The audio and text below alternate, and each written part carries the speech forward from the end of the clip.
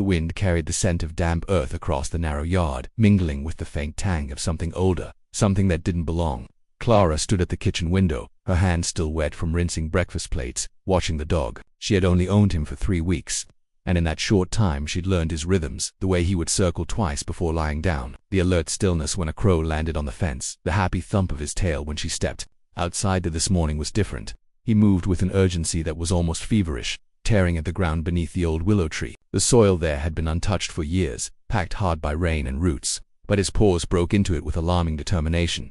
She called to him once, softly, so as not to startle. He didn't look up. His shoulders worked like pistons, sending clumps of dark soil flying against the mottled trunk of the tree. The sound was steady, hollow, like a shovel biting into wet clay. Clara felt a quiet knot form in her stomach. This wasn't the distracted digging of a bored dog. There was a focus to it, a precision. He would stop now and then to press his nose into the widening hole, inhaling deeply, before resuming with renewed force. A cold draft found its way through the gap in the window frame, brushing her cheek. The sun was out but weak, trapped behind a pale layer of cloud that flattened the light across the yard. In that washed-out stillness, even the birds seemed reluctant to sing. From somewhere beyond the fence came the muted hum of traffic, distant enough to feel unreal. Clara's breath fogged the glass, and she realized she'd been leaning closer without thinking, eyes narrowing, trying to see what he was after. Behind her, Michael stepped into the kitchen, the creak of the old floor announcing him before his voice did. He's at it again. His tone carried the half-joking fatigue of someone still adjusting to change. Moving into this house had been his idea, smaller, quieter, closer to work. But the yard he'd promised would be worth it. Now he stood beside her, looking out at the dog's back. The soil smeared across his fur. Probably after a squirrel, he said, though he didn't sound convinced. They watched together for another minute. The hole was deep enough now that only the upper half of the dog was visible, his head lowered into the shadows. His tail moved in a slow, deliberate sway, as if bracing himself. Then he froze. It wasn't the pause of rest. His body went rigid, ears pricked forward. Clara felt her breath catch in her chest, though she couldn't say why. The dog shifted his weight, leaned down, and bit onto something, not earth, not root. The sound was subtle but unmistakable, a soft fibrous tear, like fabric giving way after too many years. Michael moved toward the back door, the latch clicking under his hand. Let's see what. He stopped mid-sentence, the words thinning. In the air, the dog had pulled something free, dragging it up into the light. Clara's first impression was of shape, not detail, the curved edge, the dark patches, the way the dirt clung to it. She stepped closer to the window, forehead nearly touching the glass. It wasn't fresh. Whatever it was had been down there a long time. The dog circled the object, sniffing intently, nudging it with his nose before pawing at the remaining clods of soil. Each push revealed more, and with it came a faint, unfamiliar odor, faint but growing, even through the closed window. Clara swallowed, suddenly aware of the quiet in the yard, the way even the breeze seemed to hesitate. "Leave it," Michael called, his voice sharper now. But the dog didn't respond. He sat back on his haunches, looking toward the house fire. The first time, his muzzle dusted with earth. His eyes met Clara's through the glass, and there was something in them she didn't recognize. Not guilt, not pride, but a stillness that made the small hairs at the back of her neck stir. Object lay between his paws, half cleaned of dirt. Clara couldn't decide whether it was the color or the shape that unsettled her more. She only knew that it didn't belong here, not in this yard, not in this quiet neighborhood where the willow's branches had been the most dramatic thing in years. Somewhere deep in the house, a clock ticked 3 slow beats before Michael opened the door and stepped outside. The cold air followed him in, and with it came the first sharp thread of that strange scent. Clara stayed at the window, unable to look away, as the dog shifted his gaze from her to the thing he had unearthed. Morning felt suspended, as if waiting for someone to name what had been found, but neither she nor Michael spoke. The only sound was the faint rustle of the willow leaves, brushing together in the wind, whispering something just beyond understanding. Michael's boots pressed into the wet soil, the dark earth clinging to the treads with each step. The dog stayed still, eyes flicking between him and the thing on the ground. Clara remained at the window, her breath shallow, fingertips grazing the cold glass. The air outside carried that scent more strongly now, not decay exactly, but an oldness that felt buried for reasons beyond time. Michael crouched, his shadow falling across the hole. He reached out but didn't touch, his hand hovering inches above the object as though contact might confirm something he didn't want to know. The dog's ears tilted forward, his body tense but not defensive, as if he had brought something to the surface that wasn't his to keep. A shift in the wind rattled the willow leaves, their sound sharper now, almost brittle. Clara stepped away from the window, her unease pulling her toward the back door despite herself. When she emerged into the yard, the cold bit harder than she expected. The light seemed thinner here, and every breath felt too loud. She stood beside Michael, looking down. The object was a bundle, bound loosely by what looked like faded cloth. The fabric was worn and stiff, mottled with soil, but still held together enough to keep its contents from spilling out. There was a faint impression beneath the cloth shapes that could have been anything until your mind decided what it wanted to see. "We should call someone," Clara said quietly, though she wasn't sure who she meant. Michael's eyes stayed, fixed on the bundle. He didn't answer right away, and when he did, his voice was low, almost as if he feared the yard might overhear. "Let's see first." The dog shifted, sitting back, his tail brushing the dirt. Clara realized his digging hadn't been frantic but deliberate, uncovering just enough to make the bundle visible, almost like he knew it was there, almost like he wanted them to find it. Michael reached for the knot in the cloth, his fingers, working carefully. The fabric gave a dry sigh as it loosened. Inside was not the rot she'd braced for, but something stranger, layers of old paper curled at the edges, brittle and brown, tied with twine that disintegrated when touched. Beneath the paper, the edge of something heavier glinted faintly, like metal dulled by time. Clara knelt, the cold seeping through her jeans, and picked up one of the papers. The ink had bled in places, but she could still make out lines of handwriting, slanted and deliberate. She read the first words silently, and a prickle ran along her arms. They weren't notes or lists, they were sentences, short and clipped, written in a voice that sounded urgent even on the page. Before she could read more, the dog's head lifted, his gaze snapping toward the far end of the yard. His body went rigid again, not with excitement this time but with alertness. Clara followed his stare.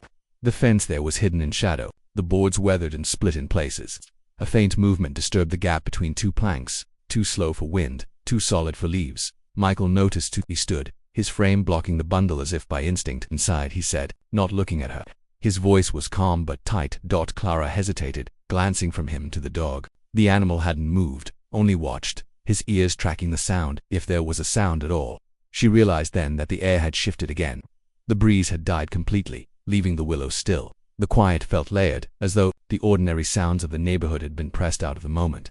Michael stepped toward the fence. The shadow beyond the boards shifted once more, then stilled, like something waiting. He stopped short, his boots sinking slightly into the softened ground. Clara could see the set of his shoulders from behind, wary, not yet afraid, but carrying the weight of knowing this might not be the first time something had crossed into their yard uninvited.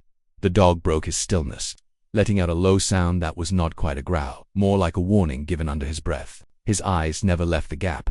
Michael glanced back at Clara, a silent message passing between them, a choice to make without words. The bundle lay at her feet half open, the strange writing exposed to the air for the first time in who knew how many years. Her fingers rested lightly on the fabric, feeling the faint tremor of her own pulse in them. From the fence came one last movement, a slow retreat, almost deliberate, as if whatever had been there wanted them to know it was leaving. "For now," Clara exhaled, but the tension in the yard didn't lift. Michael stayed where he was, watching the gap until the stillness returned. Only then did he turn back, his eyes landing on the bundle. "Don't touch it again," he said, and though his voice was quiet, it carried the weight of something decided. Behind them, the dog eased down onto his haunches, gaze still fixed on the fence, as if marking a point in the world only he could see. The willow branches swayed once in a breeze neither of them felt, and the light shifted, as though the day had just stepped into a different season. Michael's boots pressed into the damp soil, leaving sharp prints as he approached the dog. The willow's branches swayed above him with a dry, deliberate whisper, bending in the cold breeze as though leaning in to watch. He didn't speak again, and Clara noticed a slight hesitation in his steps, the way his shoulders stiffened before he crouched down. The dog stayed seated, almost regal, his body still except for the slow rise and fall of his breathing. The thing between his paws was no longer just an object, its edges now held definition, enough to betray its man-made origin. Michael reached out, his fingers brushing away a stubborn clump of earth. A length of frayed fabric emerged, pale beneath the dirt, wrapped tightly around something harder. It was the kind of cloth that disintegrates under the weight of years. And yet, as he pulled a corner free, the weave still held. He froze again. The dog gave a quiet huff, lowering his head until his nose nearly touched the bundle. Clara realized she was holding her breath, palms pressed against the window frame, her reflection faint in the glass.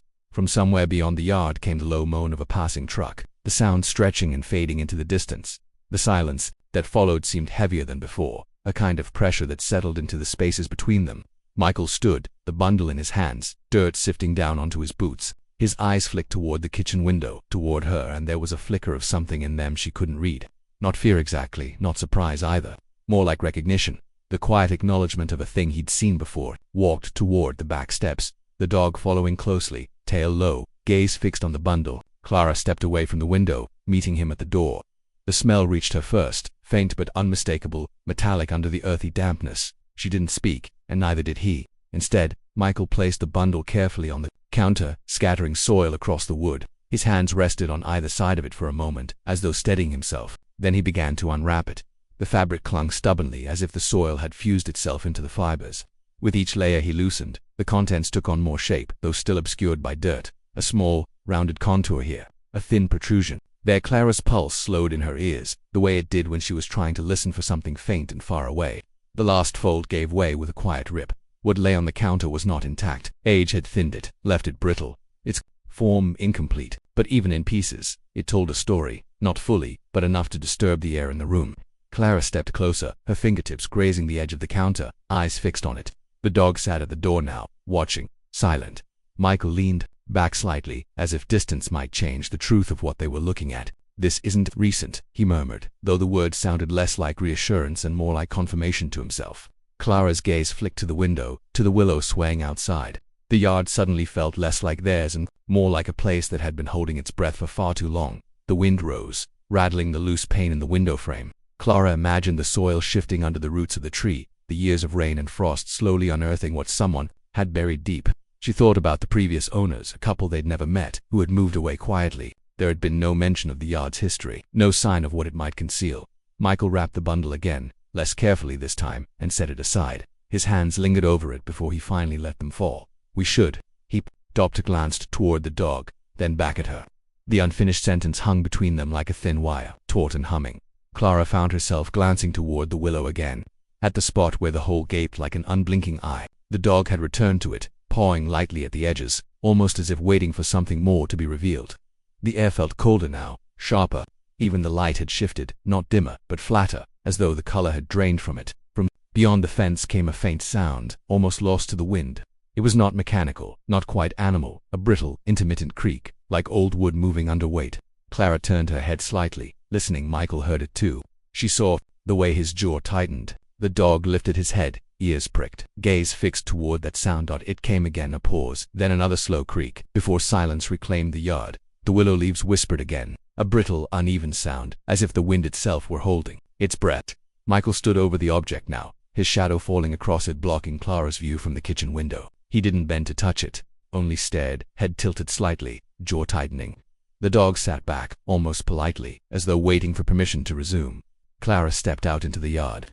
The cold air bit through her sweater, carrying with it the smell she had noticed earlier, sharper now, edged with something metallic beneath the damp earth. Each step pressed the frost-softened ground, the muted crunch sounding too loud in the quiet. She moved beside Michael, his eyes still fixed downward. It wasn't what she had imagined. At first glance it looked like nothing, just a pale curve with streaks of darkened soil clinging to it. But the texture was wrong, the smoothness unnatural beneath the grit. Michael's hand hovered above it, fingers trembling slightly before pulling back. "Don't," he said quietly, though whether to her or himself, she couldn't tell. The dog lowered his head again, sniffing, then looked up toward the fence as if something beyond it had claimed his attention.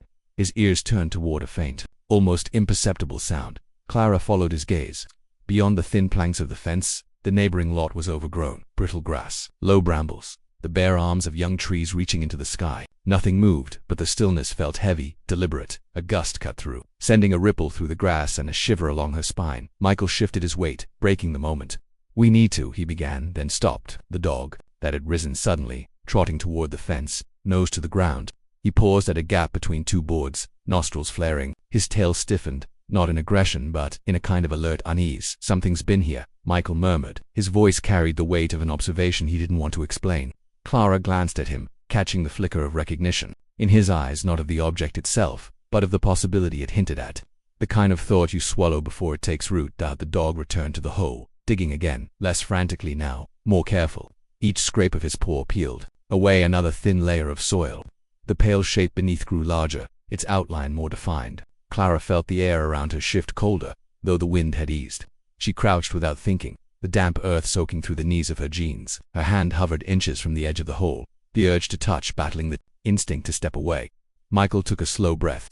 "We should call someone," and his tone was steady, but there was no hiding the tension under it. Clara's eyes stayed on the thing in the soil, the thin seam running along its side, the way a faint groove disappeared into the earth. Before she could answer, the dog stopped abruptly, his head jerking toward the overgrown lot again. This time, the sound was clear, a brittle snap, like a branch underfoot. It came from somewhere deep in the thicket beyond the fence, not loud but close enough to silence the world around it. Clara rose, scanning the shadows between the trees. The light was fading toward evening, the sky tinting with a dull copper glow. The color caught on the pale object in the dirt, turning it almost golden for a heartbeat before the clouds closed over the sun again. The dog's gaze didn't shift. He stood at the fence now, weight forward, silent but intent. Michael glanced toward the house, then back at the lot, as though calculating the distance between the two. His jaw worked once, then stilled. God, Clara could feel it too, the sense that they were not alone in this yard, that whatever the dog had unearthed was only part of the story.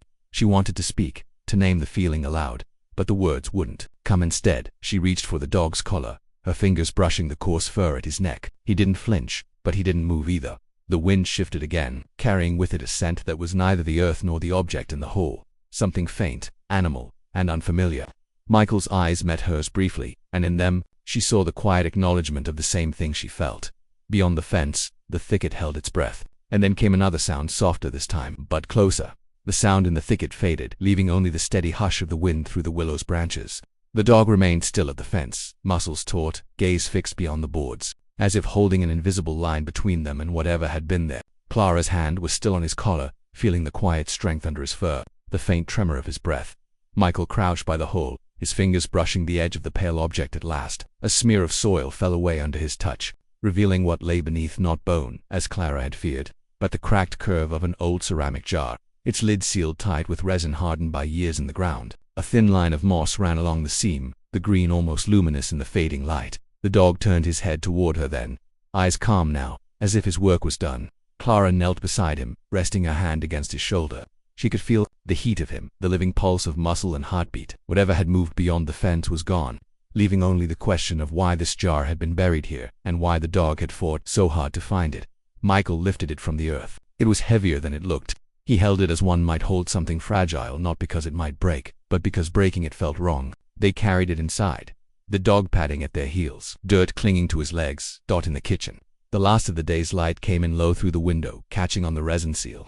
Michael set the jar on the table and pried the lid loose. The smell of cedar rose up, dry and faintly sweet. Inside, wrapped in brittle cloth, were small objects, a tarnished locket, a stack of folded papers gone yellow at the edges, and a child's wooden toy worn smooth with touch. Clara lifted the locket first. It was warm from the jar, the hinge stiff but still opening. Inside was a faded photograph of a young girl, her eyes bright with the kind of joy time cannot erase. Neither of them spoke. The weight of it settled quietly between them, not a threat, not a danger, but a memory someone had meant to keep safe. Hidden in the soil beneath the willow, the dog lay down at Clara's feet, his head resting on his paws, his gaze drifting toward the window as if listening for something far away. She reached down, her fingers brushing the top of his head. He closed his eyes, the tension gone from his body. Outside, the yard had fallen into a deep, soft dusk. The willow's branches swayed gently, their tips tracing patterns in the air. Beyond the fence, the overgrown lot was still, its shadows pooling into the hollows of the grass. Whatever had passed there was gone, leaving only the wind and the quiet knowledge that the earth holds more than roots and stones. Michael wrapped the locket in its cloth again and placed it back inside the jar. He set it on the counter, the resin lid resting beside it, and for a long moment they stood without speaking. There was nothing more to uncover, no urgency left, only the simple, strange truth that the dog, this newcomer they barely knew, had unearthed a piece of someone's life and placed it in their hands. The light thinned further, the first faint stars beginning to show in the break between clouds. Clara watched them through the glass, her hand resting lightly on the dog's back. In the yard, the willow kept its slow rhythm, leaves brushing together in a sound like a memory half remembered, and somewhere in that stillness, she understood, some things are not meant to be solved, only carried.